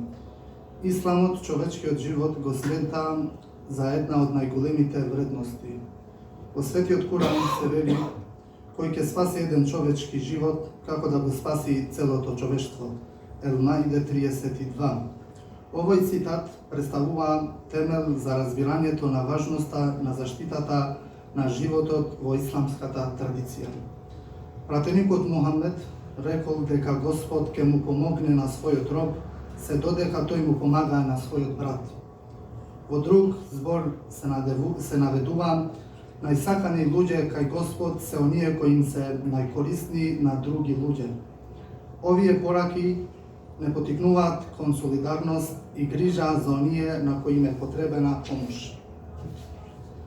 Современата медицина овозможува преку трансплантацијата на органи да се спасат многу човечки живот. Голем број исламски правни академии и совети во муслиманскиот свет сметат дека донирањето органи е дозволено кога постои медицинска потреба, кога постои доброволна согласност и кога не се нарушува достоинството на човекот. Исламот категорично ја отфрла трговијата со човечки органи. Човечкиот тело е аманет и мора да се почитува неговото достоинство. Затоа донирањето органи треба да биде исклучиво хуман чин, мотивиран од желбата да се помогне и да се спаси човечки живот. Донирањето органи представува еден од највозвишените примери на човечка солидарност. Тоа е можност и по смртта да се остави трајно добро дело, да се врати надежда кој болните и да се овозможи нов живот за многу луѓе. Кога науката, медицината и верата соработуваат во служба на човекот, тогаш се создаваат услови за похумано и посолидарно општество. Ви благодарам за вниманието. Благодарам. Имаме. Сега е предпоследното прашање на ред. Да ја слушнеме животната приказна на имателот на орган. Моето прашање е упатено до Даниела Ризанковска, примател на орган бубрек, трансплантација која што се случила во 2007 година. Господи Даниела, ако може да ни ја споделите својата животна приказна, која навистина е мотивирачка и вреди да се сподели, што би им препорачали на семејствата ако се најдат во ситуација да треба да ја донесат хуманата одлука? И благодарам Ирена на поканата. Како што кажам, јас сум примател на орган веќе 20 години, тоа е бубрек од жив донор, тоа е мојата мајка, која со својот хуман чин се одрече дедниот орган за да ми го подари мене животот, кој денес живеам здрав и квалитетен живот. преценили да бидам мајка на моите деца, кои за жал беа премногу мали кога тргнав на диализа. Извинете, ми дрхти гласот, фалски преди. Денеска горда баба, дочекав и баба да сум. Пред да упатам порака, би ве замолила сите да се запрашаме што во иднина ако се најдеме ние на таа листа за чекање или некој од нашето семејство. Бидејќи сме пред се приматели, потоа донори. Пораката би била да бидеме хумани, да донираме, да зборуваме донорски, значи не само со семејството и со пријателите. Ја не случајно денеска носам нешто на мене. Самиот текст кажува премногу, а устварува сме јас и мајка ми, примател и донор, значи првата преградка после трансплантација. А текстот е во едно тело живеат две души. Со тоа што, кога ние би се согласили да донираме органи, спасуваме повеќе животи што писат на конец. За жал, јас 2013 година се приклучив на кампањата за кадаверична трансплантација, од причина што додека одев на диализа, се зборуваше за трансплантација, ама имаше пациенти што немаат донор. Кога започнавме ние кампањата 2013 година, значи горда сум на себе, со мојата приказна доправ до нашиот хумен народ, и за многу краток период ние имавме 12 донори, со тоа што спасивме 24 животи, што и ден денеска они живеат здраво и квалитетен живот. Затоа мислам дека треба почесто да зборуваме. Ова е една битка од многуте битки, а за да ја добиеме војната, ни требаат сите, не само ние. Ти благодарам, уште еднаш, ти кажав за се сум тука. Малце сум емотивна, не приметувате, бидејќи мојата мајка денеска не е покрај мене, ама сепак живее со мене. Ти благодарам уште еднаш. Јас вам ви благодарам за присуството. Завршуваме полека трибината, имаме уште малку ми треба техничка подршка, молам. Треба да се вклучи уште еден пациент онлайн, тоа е Венцо Спасов, живее во Италија и е примател на црн дроб од кадавер. Уште ова и потоа имаме прашања публиката и завршуваме.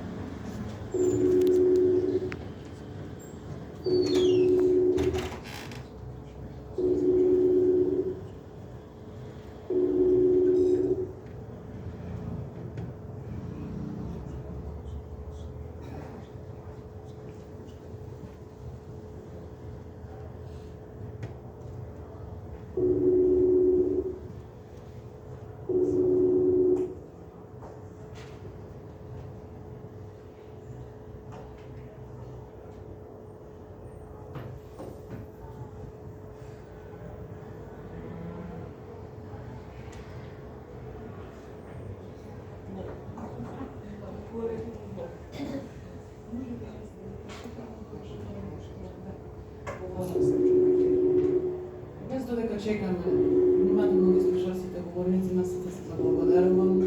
Искажани беа и научни ставови, и правни ставови, и ајде, нека каже прво. Венцо, дали се слушам?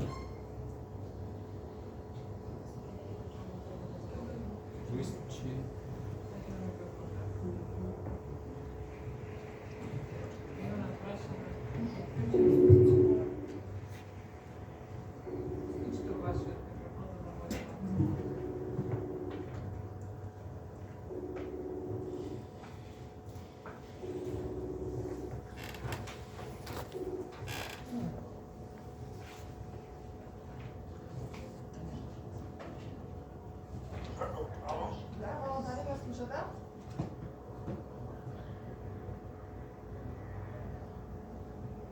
Супер. Ало, добро вечер. Не слушате?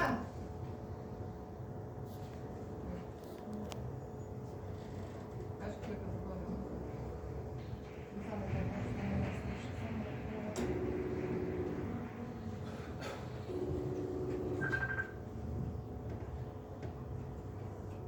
Ало. Ве слушаме. Слушаме? Да. Може да се види? Да.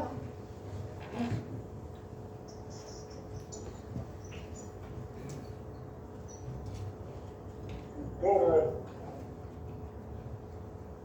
Јас сум Енцо Спасов, Кочанско село. Инаку сум на работа во Италија. И сум пријател на орган починат со како овде викаат со шепот, со на срце. Инаку болеста што ја имав бев редовен дарител на крв во 2017 година, кога ја открија дека имам хепатит B и заместен синдром. После тоа, почнав со некои мои прегледи за проверка на крвта, сите работи, бев ставен на списокот на диабетолози, на диабета во Италија. Преку работата што вршев на контроли на крвта, ми најдоа дека немав никакви проблеми до тодаш, најдоа дека крвните зрнцата, што ја знам сега дрог ми е се полошо и испратен на лекување, на подлабоки проверки на контроли на специјалисти. Од 2025 година, негде февруар месец, ставија на листата на атеза, на чекање за преседување. Не бев активен, бев како член пасивен, со тоа што немаше некоја голема неизличност од мојата болест. И меѓу време ги врши сите подготовки за преседување. И така вршија нормално лекување на СМП. Во меѓувреме, кога бев под лекарска контрола секој месец, од февруар тамо до јули, минус 25 година, и во јули, крајот на јули, ме викнаа во универзитетската болница во Торино, на лекувачот на доктор Романови Ренато, на разговор, и го подпишав на актот на согласност, ја и мојата фамилија со групата тамо, што се координатори за преседување за донаторство. И јавност месец продолжив со лекувањата, контролите, на 15 септември ме викна, после работа, ова време беше негде по 7 сата, идов и за барето, други викна вторник, по 16 се изврши преседувањето на дрог. Инаку лицето што е починато, беше помалку 40 годишно дете, машко, удар недобилост, нешто сексуално се станува и тука џажам таа практика да дојде така ме праша и објасни како што е пациентот, дали сакам да прифатам или не се болест, имав некоја болница за предвиден да ја не прифатам. Операцијата ми траеше до 6 сата, после тоа бев пренесен на дневна нега и се разбудив после 20 часа. Легнав во болницата 8 дена и после 8 дена ме пуштија на домашна нега. Во меѓувреме, тие првите 4 месеца секоја недела правев контроли на крв, моите доктори, цвета на сечење на сече што беше правен. И по сите работи изгледуваше добро. Меѓу време вршија разни проби со имунотерапија, со имунотерапија, со медицински лекар, со лекарство. Не правија се тие работи и после операцијата се покажа на органот сето тоа што години од самиот клас што ние го мислевме, ама што не е подобро. За тие работи што тamo што се спробуваме, поздраво сите прво, се извинувам што ме подвезна, до време. Сакам да апелирам како сведок на примотен орган и апелирам и јас искам да подпишам самиот кога прават лична карта дека случај на не можеше викаме, мојот орган ми донирам, се што може да се искористи. Нема што да се плашат, секој што е способен, што може да даде, не е проблем. И ако е со малък дел, а и поапелирам до фамилиите, во случај на смрт или да се дојкане незгода, нема што да се плашат со тие работи.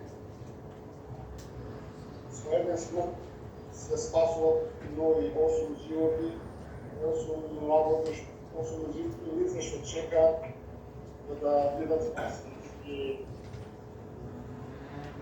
Друго, после операцијата ми траеше, мислам, че не лекување, до сега се 9 месеца нема никои проблеми, нема нешто страшно. Сазвам голема благодарност до напорот, до обсенество и до екипот на доктор Ромањови, до изведено сусет за операцијата. Моја препорака и апел до сите, пак повторувам, да се донира.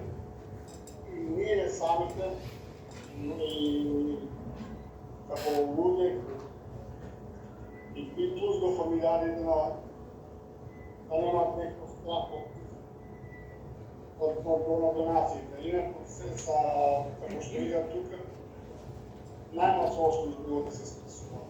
Смртта не е крајот на животот. Тука е почеток на некој друг, и спас на некој друго семејство.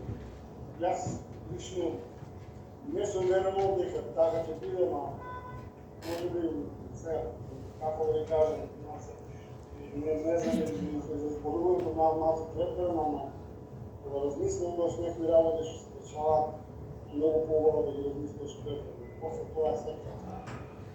Инаку, благодарности до фамилијата, до мојата, до што стане, што се беше до близко до мене. Со терапијата што ја имам сега моментално, не знам дали се слушам убаво, ја примам редовно, секој месечно, секој 3 месеци, зависи од која што како. И се вршат преку болнички терапии, болнички аптеки. Други работи, ако има нешто, сакам да во мене, че не може да се слушам и да ја објаснам за некои работи, како идат работите, што идат, да немам некои плашења или некои од народа, што викам ние по народски да не се плашам. Денес, а кога се оперисав после 4-5 месеци, како сведок овде во нашава зона, кај ме викаат да се дочиме на saстанаци како одеш од правите по градовите, по училиштето, по школите. И идеме стално, има многу свет, има опции, многу, инаку се случуваат многу работи што во светот, како што знаете, и светот што се случува наполи, ама тоа не значи дека ќе падне нешто, ќе се изгубат некои работи, за ваквостите на органите. Напротив, се споделено го свестен.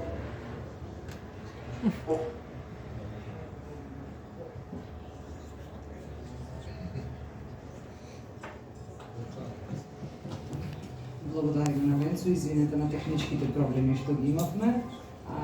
Тука ја завршуваме трибината и оставаме простор за прашање од публиката или од панелистите, дали некој сака да земе збор. Благодарам само накратко, Елена, да сега да поштикнем поширока дебата.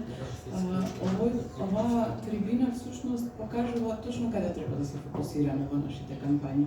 Го имавме гласот на науката тука со нас, го имавме гласот на правото, имавме гласот на духовните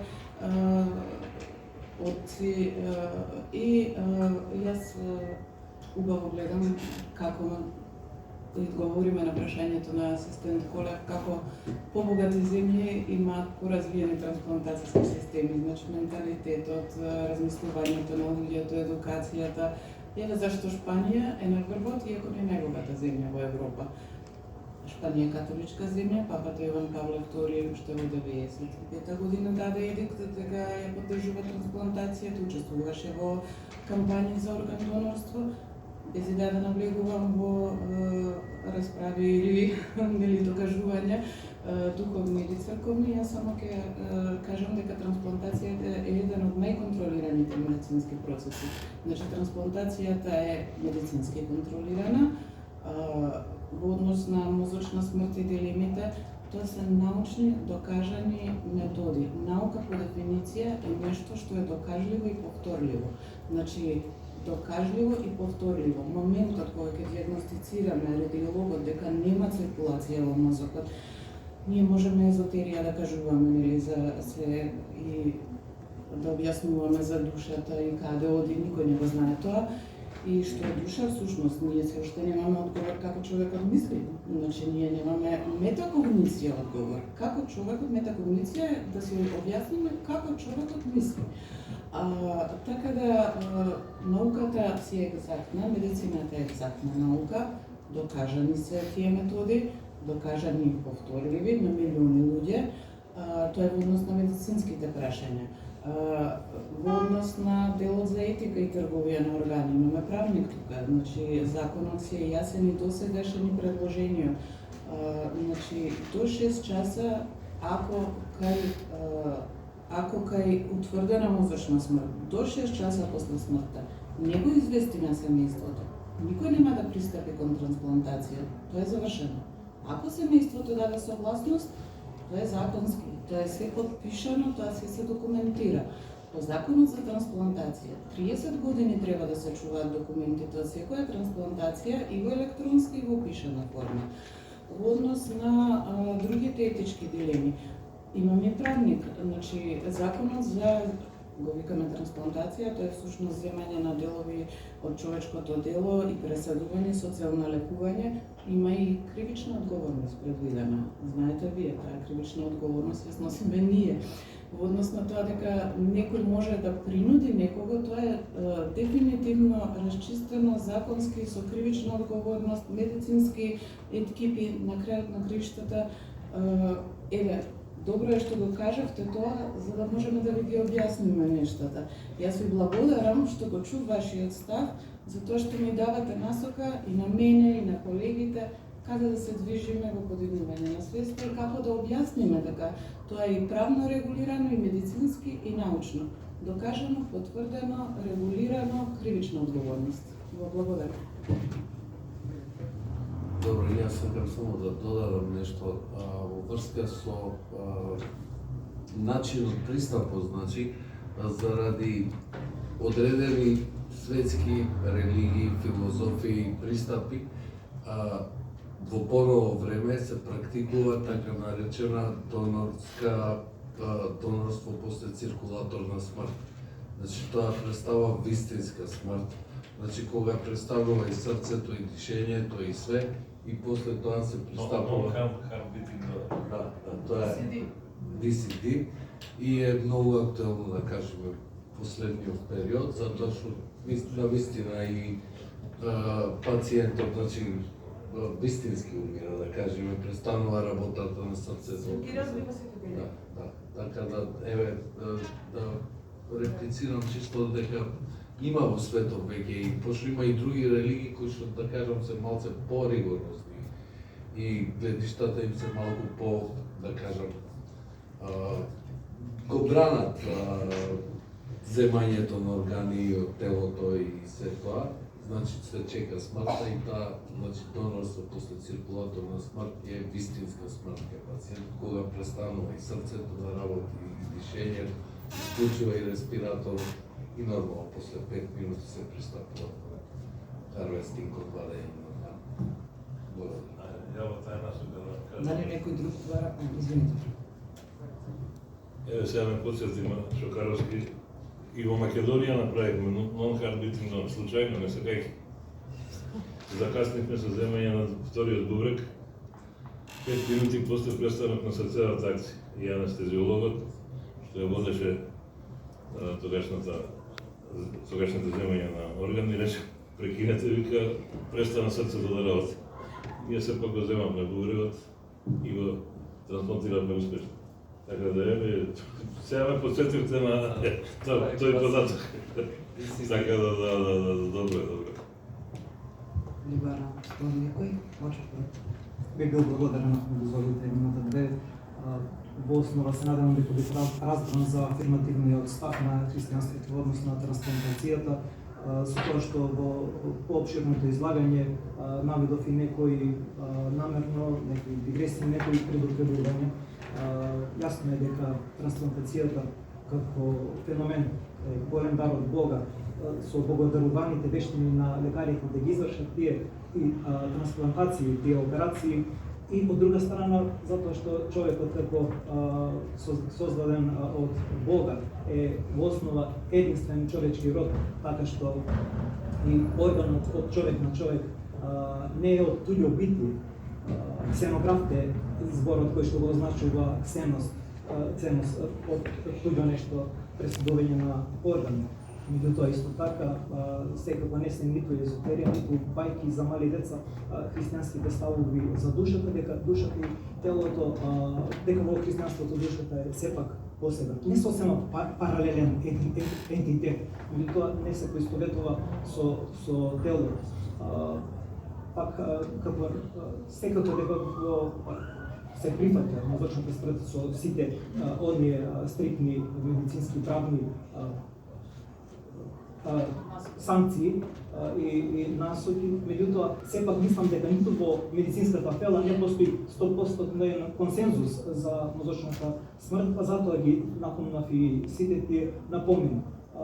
Сепак ми беше целта да не се пренебрегне за толку, да не се помине толку лесно преку фактот дека се уште имаме срце што чука. Тој човек од една страна тоа е многу чудното во човечкиот организам. Од една страна е мртов, од друга страна има срце што чука, секако не самостојно, меѓутоа е оставено на грижата на неговите ближни.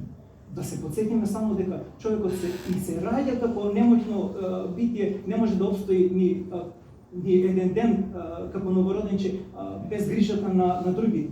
И овде имаме ситуација, многу тешка, многу комплицирана ситуација, кога некој е оставен на грижата на другите кои што се околу него и кои што треба да донесат тешка одлука кога да си притисне на тоа копче за исклучување. Да, благодарам, само да појаснам сега без да навлегувам многу во медицина, за лаици, значи тоа срце чука благодарејќи на лекови кои што ги даваме, кои што добиват на така наречени алфа и бета рецептори, кои што се, ајде да не влегувам толку длабоко во медицината, кои што се одговорни за да ја одржуваат циркулацијата. И тоа срцето чука се додека ние ја одржуваме циркулацијата, циркулираат лековите, штом ги престане, ќе престане срцето да чука, да ви благодарам. Дали од публиката некој сака да земе збор, посебно пациентите, без присила, да не сакате да споделите искуство, порака, прашање, повелете. Добро вечер на сите. Импресивно ми е се ова што слушна и драго ми е што сум тука. Членка сум на Сдружение Мајка, организатор на ова, и со тоа сум горда на нашата председателка. Само едно прашање, може би ќе ви биде чудно, ама мене ме интересира како лаик во оваа тема.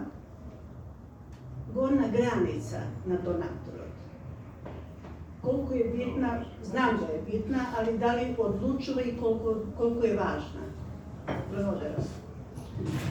Благодарам, одлично прашање. Значи, зависно за кој орган зборуваме. Значи, имаме критериуми стандардни, кои што се за срце и бубрези, тука е професор Точев, сега ќе го кажам, тие бубрезите најмногу толерираат повисока горна граница.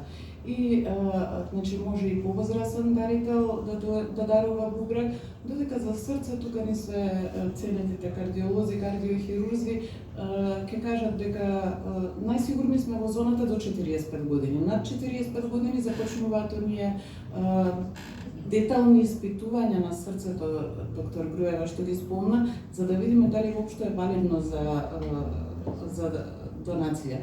И знаете нешто што се вика хронолошка старост и биолошка старост. Значи, не секој 60 годишник има иста биологија како својот, да кажем, исто сограѓанин од 60 години.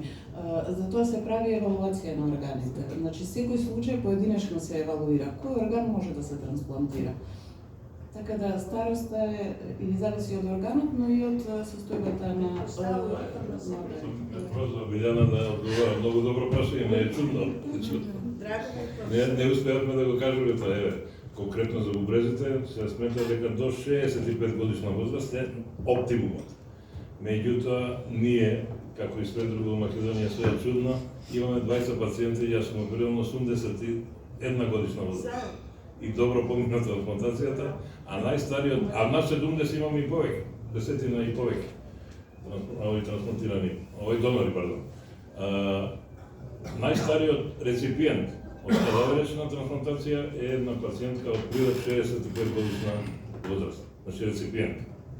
Така да тука е границата малце кај бубрезите, малце потолерантни. Секако тие органи што ги земаме се постари или помали векот на трајање, што би се рекло. Меѓутоа и една година и 2 години сепак е придонес за пациент.